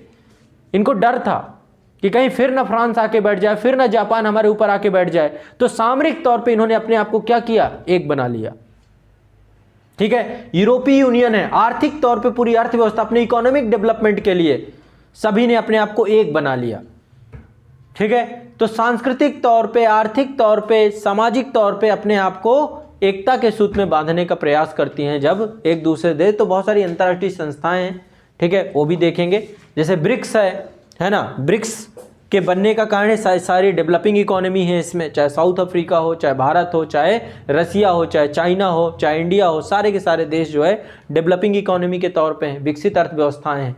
अब डेवलप्ड इकोनॉमी जो है वो G7 के साथ जुड़ी हुई हैं। तो विश्व में क्या है, एक चीज़ और है, पहले क्या था, मोनोपोली क्रिएट थी।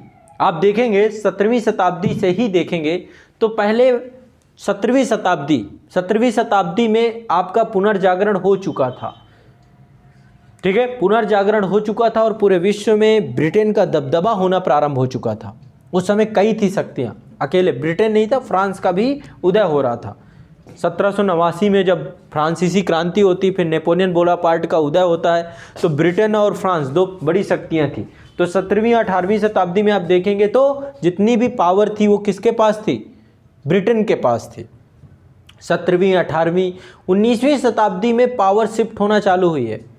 19वीं शताब्दी में पावर आके शिफ्ट हो गई है धीरे धीरे। प्रथम विश्व युद्ध, द्वितीय विश्व युद्ध, और 20वीं शताब्दी में पूरी तरीके से अमेरिका आके खड़ा हो गया, अमेरिका और रसिया, USSR। लेकिन 1991 के बाद जब USSR का विघटन हो जाता है तो पूरी की पूरी पावर जो है अमेरिका में सेंट्रिक हो जाती है, और उस पावर के खिलाफ अब बहुत सारी संस्थाओं का जन्म हो चुका है। अब कोई अमेरिका की अकेले मोनोपोली नहीं है वर्ल्ड में, अब ऐसे ब्रिक्स भी है, उसके समानांतर खड़ा है। 3 4 5 देशों ने मिल करके एक संगठन बना लिया, वो आके खड़े हो गए। अभी जैसे क्वाड बना है आपका, चीन की इकोनॉमी को लेकर, चीन की सरकार को लेकर, चीन की नीतियों के खिलाफ एक 3 4 देशों ने मिलकर के एक संगठन बना दिया, क्वाड ग्रुप बना लिया। ऑस्ट्रेलिया है, जापान है, अमेरिका है, भारत है, ठीक है। तो अपने राष्ट्रीय हितों की सुरक्षा के लिए एक मोनोपोली और बहुध्रुवीयता को जन्म देने के लिए एक शब्द आता है बहुध्रुवीयता, मल्टीपोलर कॉन्सेप्ट डेवलप किया गया, ताकि कोई एक ध्रुव ना रहे, और एक ध्रुव रहेगा तो निश्चित तौर पे शोषण भी करेगा और किसी तरीके से डेवलपमेंट को वो बाधित करने का प्रयास करेगा। तो इन सभी उद्देश्यों से, इन लक्ष्यों की प्राप्ति करने के उद्देश्य से जो है जन्म होता है आपका अंतर्राष्ट्रीय संस्थाओं का। तो इसके बारे में भी हमें पढ़ना है, इनके मैंडेट क्या हैं, इनके अधिदेश क्या हैं, और किस तरीके से अंतर्राष्ट्रीय संस्थाओं से भारत जुड़ा हुआ है, ठीक है। तो अब हम IR को मैं 2 सेक्शन में बांटूंगा आपके अंतर्राष्ट्रीय संबंध के, आप लोग भी साथ साथ बना सकते हैं। अंतर्राष्ट्रीय संबंध को 2 सेक्शन में बांटते हैं। पहला है सेक्शन A, दूसरा हम बांट रहे हैं सेक्शन B में, ठीक है। सेक्शन A में हम क्या रखेंगे, सेक्शन A में रखेंगे भारत को, ठीक है। भारत के साथ साथ विश्व को भी रखेंगे, भारत और विश्व को देखेंगे हम, भारत एवं विश्व को देखेंगे, जिसको हम 2 भागों में देखेंगे। सबसे पहली भाग भारत और उसका जो भारतीय विदेश नीति है, इंडियन फॉरेन पॉलिसी है, पहले सेक्शन में हम इसको देखेंगे। दूसरा देखेंगे विदेशों में रहने वाले भारतीयों को, भारतीय विदेश नीति। अब भारतीय विदेश नीति की बात करें तो इसको कई चरणों में तोड़कर देखेंगे। आज़ादी के पहले का कोई हमें डिस्कशन नहीं करना, आज़ादी के बाद से हमारी भारतीय विदेश नीति चालू होगी, ठीक है। तो इसको 2-3 चरणों में अभी बांटेंगे हम लोग, ठीक है। दूसरा हम क्या रखेंगे, विदेशों में भारतीय, विदेशों में भारतीय, विदेशों में भारतीय यानी बिखरे हुए जो इंडियन डायस्पोरा, अफ्रीका में भारतीय स्थिति क्या है, अमेरिका में क्या है, ऑस्ट्रेलिया में क्या है, किस तरीके से वो भारत के लिए जो प्रवासी भारतीय दिवस मनाया जाता है, तो ये सारी चीज़ों को भी समझने का प्रयास करेंगे। भारतीय मूल के लोगों का क्या योगदान है, तो 1-2 क्लास में ये टॉपिक को समझेंगे। अब यहाँ पर एक बार हमें समझना है विदेश नीति। विदेश नीति में एक शब्द आता है नीति। नीति का मतलब क्या होता है ये मुझे बताएं। नीति किसे कहते हैं, पॉलिसी क्या होती है, नीति किसे कहते हैं हम लोग। विदेश से तो समझ में आता है, जो देशी नहीं है सब विदेशी है, भारत के बाहर से जुड़ा हुआ। भारतीय संप्रभुता के बाहर के जितने भी एस्पेक्ट हैं वो सारे विदेश हैं, ये समझ लीजिए। जो हमारी संप्रभुता से परे हों उसे विदेश कहते हैं। किसी विदेश से व्यावहारिक रूप हो। नीति का मतलब है, नीति पॉलिसी से क्या समझते हैं। पॉलिसी बहुत आसान भाषा में समझाता हूँ। सेट्स ऑफ डिसीजन, निर्णयों के समूह को नीति कहते हैं। समझ रहे मेरी बात को। निर्णय लेते हैं हम लोग, बहुत सारे निर्णय लेते हैं, कई सारे निर्णयों को ले, जब नीति कोई भी पॉलिसी आप देखोगे तो उसमें कई सारे निर्णय लिखे होंगे, हमें ये करना है, हमें ये करना है, हमें ये करना है, इन सब के सेट्स को मिला दे तो क्या बन गई, पॉलिसी, ठीक है। तो नीति क्या है, निर्णयों का समूह,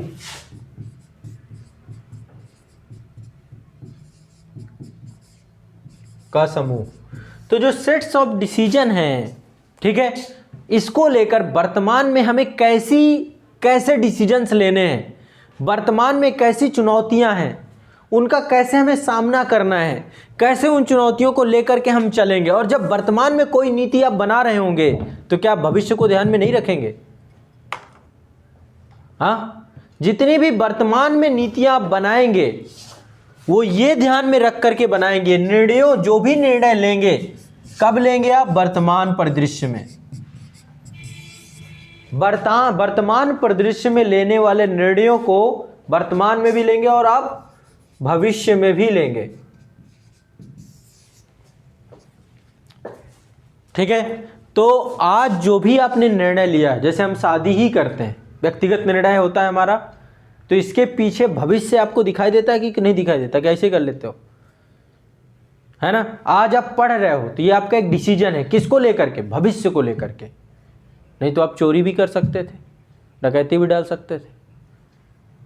जहां पे आपको फ्यूचर दिखता है, वैसे ही भारत के राष्ट्रीय हितों के लिए जो हम निर्णय लेंगे, वर्तमान और भविष्य में कैसे उनका बैलेंस है, बैलेंस ऑफ पावर, संतुलन को देखते हुए लेंगे, एक संतुलन बना के रखेंगे ताकि आज का डिसीजन हमारे कल में गलत साबित ना हो। समझ रहे हो मेरी बात को। जैसे वर्तमान में हमारा वर्तमान लक्ष्य ये हो कि हमें देश की ऊर्जा आवश्यकताओं को पूरा करना है। हमारे देश में एक डिमांड है एनर्जी की। आज बैठे हुए आप लोग, हाइड्रो पावर प्रोजेक्ट की लाइटें जल रही हैं, देश में गाड़ी चल रही हैं, गाड़ियों में पेट्रोल चल रहा है। किसी भी अर्थव्यवस्था का रक्त बोलते हैं पेट्रोल को, ब्लड है वो।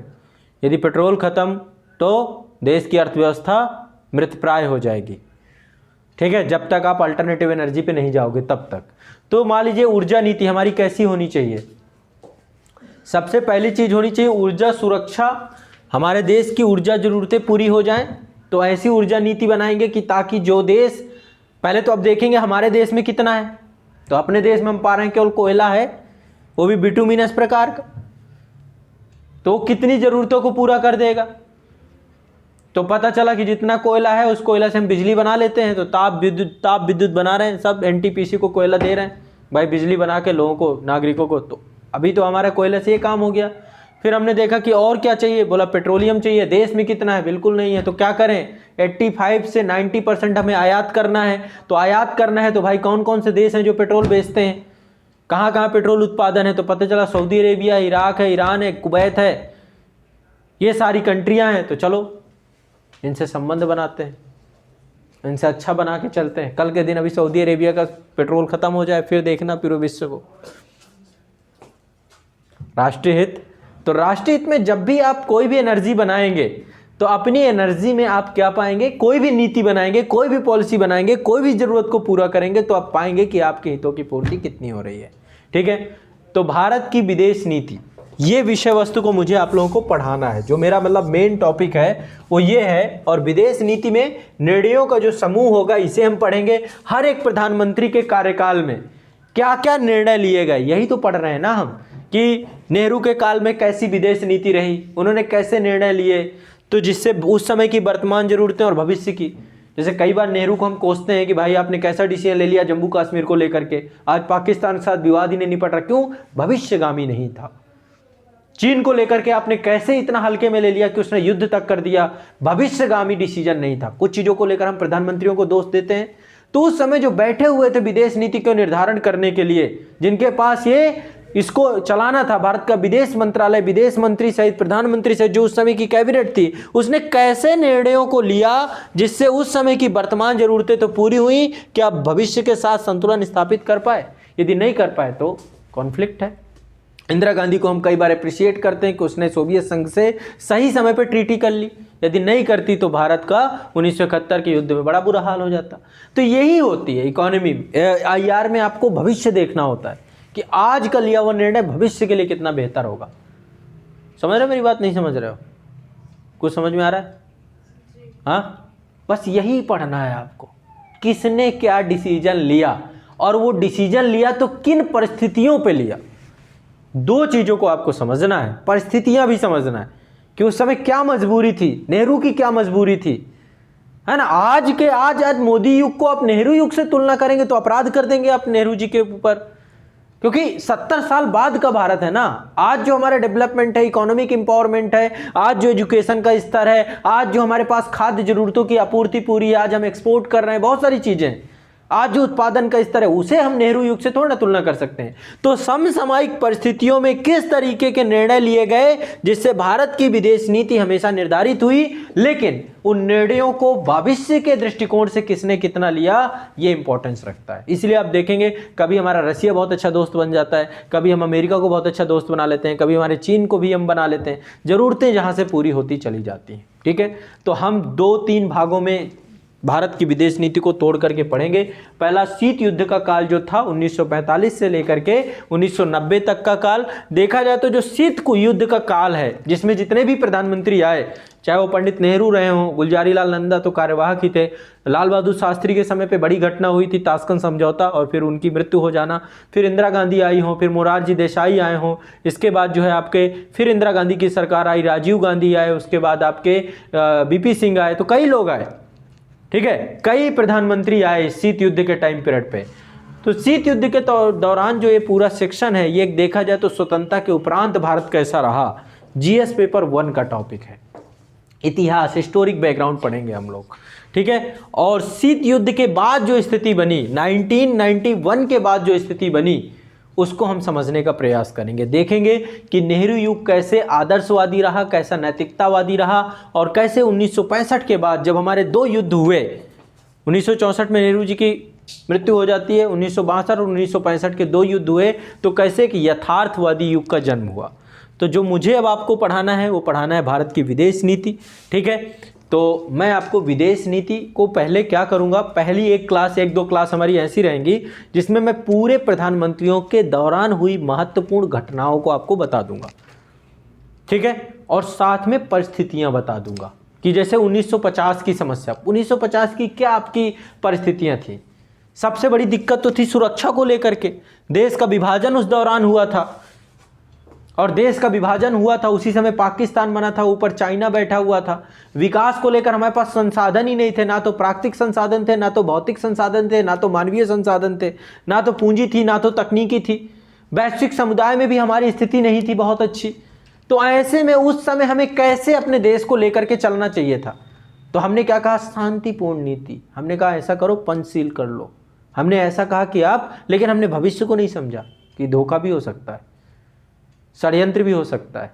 तो हमने गुट निरपेक्ष की नीति कि हम ऐसा करते हैं कि हम पूरे विश्व से किसी के गुट में सम्मिलित नहीं हो रहा है भाई, हम सबके हैं, सबके प्यारे बन के रहेंगे, हम किसी से कोई लोहा नहीं मोल लेना चाहते। तो परिस्थितियों के अनुसार भारत जो है अपने आप को शांतिपूर्ण सह अस्तित्व की नीति हमने अपनाई, अनाक्रमण की नीति अपनाई, हस्तक्षेप की नीति अपनाई, समान लाभ के अवसर के लिए हमने नीति अपनाई, संप्रभुता के सम्मान करने की नीति हमने अपनाई। शुरुआत में ऐसा रहा, हर सबके साथ ये होता है। जब कमजोर हैं, आपकी स्थिति ही दयनीय है, तो आप थोड़ा लड़ने जाएंगे। लेकिन जब 2 युद्ध हो गए, इस नीति का पालन करने के बाद भी 2 युद्ध हो गए, तो फिर हमें यथार्थ पता चला, वास्तविकता पता चली। 2 बार पीटी आप जब फेल हो गए तो यूपीएससी का यथार्थ पता चलता है, वास्तविकता, कि ये क्या है भाई, ये क्या हो रहा है। ठीक है, तो चलो ये अलग चीज़ें हैं, आप लोग सब चीज़ें क्रम से समझते जाओगे। ठीक है, एक एक करके मैं आपको इसको डिकोड करूँगा। आज के लिए इतना ही रखेंगे। ठीक है, और इस चीज़ को बिल्कुल दिमाग से आपको बिल्कुल हल्का कर देना है। अब अंतर्राष्ट्रीय संबंध मेरी टेंशन है, मैं आपको बिल्कुल इजीली आपको एक एक चीज़ समझा दूंगा। मेरी क्लास में यहाँ भी तक रहेगा कि आपको चीज़ें याद भी रहेंगी, भूलेगा भी नहीं। और हर एक चीज़ के प्रॉपर मैं नोट्स लिखवाता भी चलूँगा। जहाँ पे जो छोटे छोटे टर्म्स हैं, शुरू बीच बीच में जहाँ जहाँ पे आएंगे शब्दावली, वो भी लिखते जाएंगे।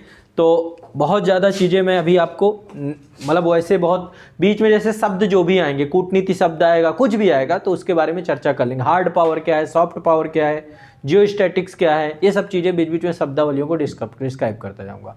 अब आपका काम होना चाहिए कि आप उन्हें लिख लो, यदि लिखना चाहते हो तो।